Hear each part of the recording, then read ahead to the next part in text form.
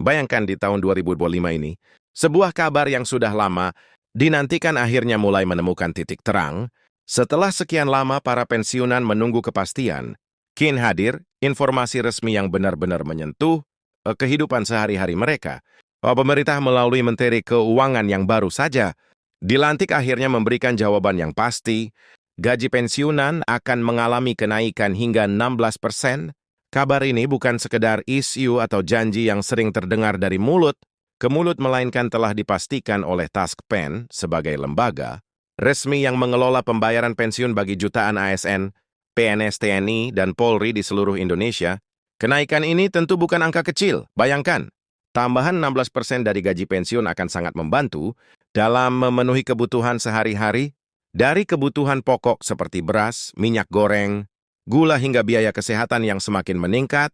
Seiring bertambahnya usia, semuanya akan sedikit lebih ringan dengan adanya tambahan tersebut. Bukan hanya itu, kepastian ini juga memberi rasa tenang bagi para pensiunan yang selama ini selalu dihantui rasa khawatir. Apakah uang pensiun cukup untuk bertahan di tengah harga-harga yang terus naik? Lebih dari itu, kabar ini juga menjadi bukti nyata bahwa pemerintah masih memperhatikan nasib para pahlawan, pengabdi negara yang sudah mengabdikan puluhan tahun tenaga dan pikirannya. Tidak jarang banyak pensiunan merasa seolah terlupakan setelah memasuki masa purna tugas. Namun dengan adanya kebijakan baru ini, jelas terlihat bahwa suara mereka masih didengar, dan yang lebih penting, fakta ini bukan lagi sekedar rumor. Taspen sudah mengonfirmasi secara resmi, sehingga para pensiunan tidak perlu lagi bertanya-tanya atau termakan kabar yang simpang siur. Semua sudah jelas, sudah pasti, dan sudah ada jadwal yang akan dijalankan di tahun 2025 ini. Jadi mari kita bahas bersama secara lebih detail apa makna kenaikan 16 ini, bagaimana mekanismenya, kapan mulai berlaku, serta dampaknya terhadap para pensiunan dan keluarga mereka. Mari kita bayangkan lebih jauh bagaimana sebenarnya kenaikan gaji pensiunan 16% ini akan berjalan, dan apa artinya bagi kehidupan nyata jutaan orang di Indonesia ketika Taspen secara resmi menyampaikan bahwa angka ini sudah diputuskan.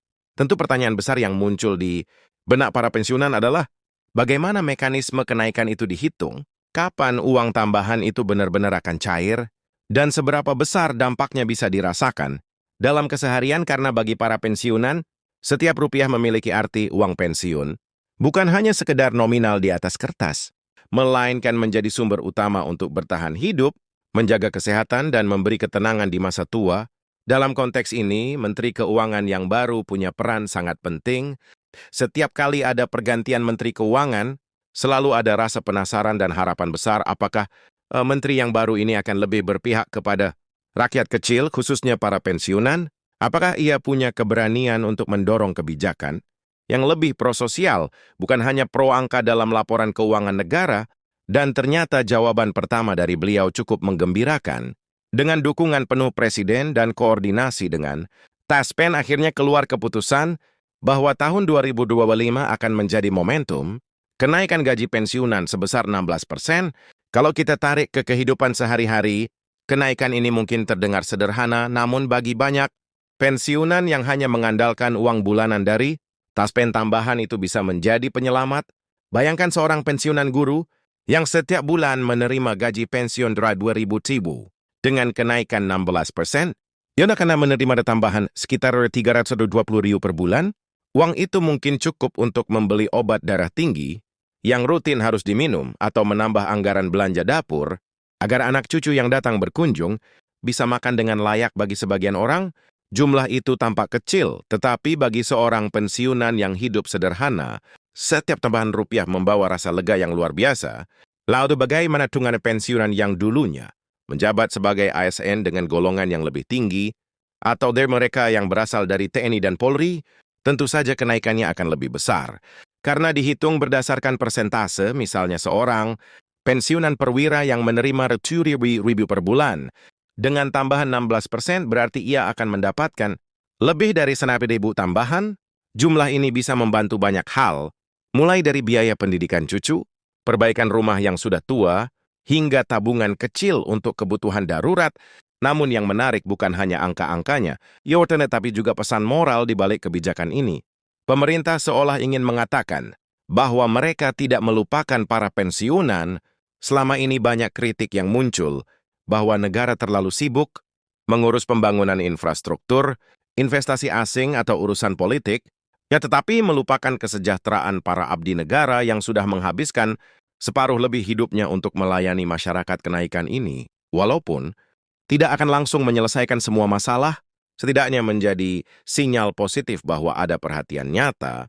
Dari pemerintah kita juga perlu membahas bagaimana Taspen bekerja di balik layar untuk memastikan pembayaran ini berjalan lancar. Selama bertahun-tahun, Taspen sering menjadi sorotan, terutama terkait dengan keterlambatan pencairan, masalah administrasi atau data yang belum sinkron, tetapi dalam beberapa tahun terakhir, ada perbaikan besar-besaran, terutama dengan sistem digitalisasi layanan. Pensiunan kini tidak perlu lagi selalu antre panjang di kantor cabang, karena banyak hal bisa dilakukan secara daring. Dengan adanya sistem ini, Taspen menjamin bahwa kenaikan 16% tidak akan menimbulkan kebingungan. Semua akan otomatis terhitung di dalam slip pembayaran bulanan. Bayangkan seorang pensiunan di desa terpencil di Sulawesi atau Kalimantan yang dulu harus menempuh perjalanan jauh ke kota hanya untuk mengecek status pembayaran ini dengan ponsel sederhana yang sudah terhubung ke aplikasi Taspen atau melalui SMS banking. Ia bisa langsung melihat bahwa gaji, pensiunnya sudah bertambah. Inilah si perubahan nyata yang dirasakan, bukan hanya janji. Selain itu kenaikan gaji pensiun ini juga punya dampak luas pada roda perekonomian. Ketika jutaan pensiunan mendapatkan tambahan penghasilan, mereka akan membelanjakan uang itu di pasar-pasar lokal, warung-warung kecil, atau untuk jasa kesehatan di sekitar tempat tinggal. Hampir de kesituan tisa sangguang. Uang itu berputar dan menghidupkan ekonomi rakyat. Jadi, kenaikan ini tidak hanya membantu individu, tetapi juga mendorong pertumbuhan ekonomi di level bawah. Namun tentu saja, kita tidak bisa menutup mata bahwa masih ada tantangan. Kenaikan gaji pensiunan berarti juga menambah beban pada APBN. Banyak ekonom yang mengingatkan bahwa kebijakan seperti ini harus dikelola dengan hati-hati agar tidak menimbulkan defisit terlalu besar, tetapi di sisi lain, kita juga harus menyadari bahwa membiarkan pensiunan hidup dalam kesulitan adalah ketidakadilan yang jauh lebih besar. Mereka sudah memberikan segalanya di masa muda. Mereka sudah selayaknya. Negara hadir untuk memberi penghargaan di masa tua. Menariknya beberapa analisis menunjukkan bahwa kenaikan 14 ini adalah bagian dari strategi pemerintah untuk meredam keresahan sosial di kalangan pensiunan. Kita tahu di media sosial, banyak pensiunan atau keluarga, mereka yang sering menyuarakan kekecewaan terhadap kebijakan pemerintah. Dengan adanya kebijakan ini, diharapkan kepercayaan publik bisa kembali menguat. Ini juga penting secara politik, karena dukungan dari ketua pensiunan tidak bisa dianggap remeh. Mereka memiliki jaringan sosial yang luas. Mereka mendidik generasi berikutnya, dan suara mereka masih berpengaruh dalam percaturan opini publik. Kalau kita lihat lebih dalam, angka 16% sebenarnya bukan angka yang muncul begitu saja. Ada proses panjang di baliknya.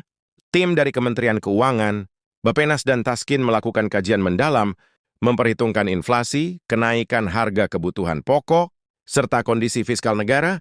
Yudara eng KBNBB dan Gautradi eng realistis. Bukan asal-asalan, memang sebagian pensiunan mungkin berharap kenaikannya bisa lebih besar, misalnya 20 atau 25%. Tetapi pemerintah tampaknya memilih angka yang aman, agar tetap bisa dijalankan tanpa mengorbankan stabilitas anggaran. Sekarang mari kita renungkan sejenak bagaimana perasaan para pensiunan.